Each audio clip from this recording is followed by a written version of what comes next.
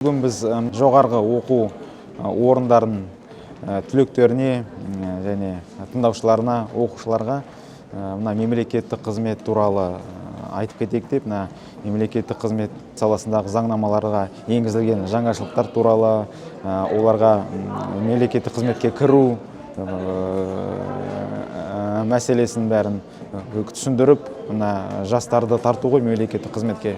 Қазақстан Республикасының президентінің жарлығымен бекітілген мемлекеттік қызмет дамытудың 24-29 жылдарға арналған тұжырымдамасына сәйкес, онда мемлекеттік қызметке мектеп орындарынан бастап тартылатын болады. Мемлекеттік қызмет департаментімен бірлесіп өтіп жатқан іс-шара ол дәстүрлі университет бітірушілерге арналған іс-шара болып саналады.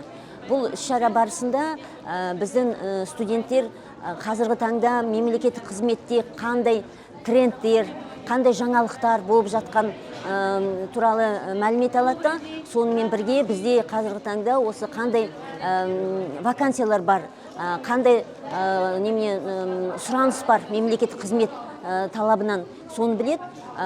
Сонымен қатар бұл іс-шараға жергілікті әртүрлі басқармалар, департаменттарының өкілдері қатысады. Олардағы осы бар вакансияларды біздің студенттерге ұсынады.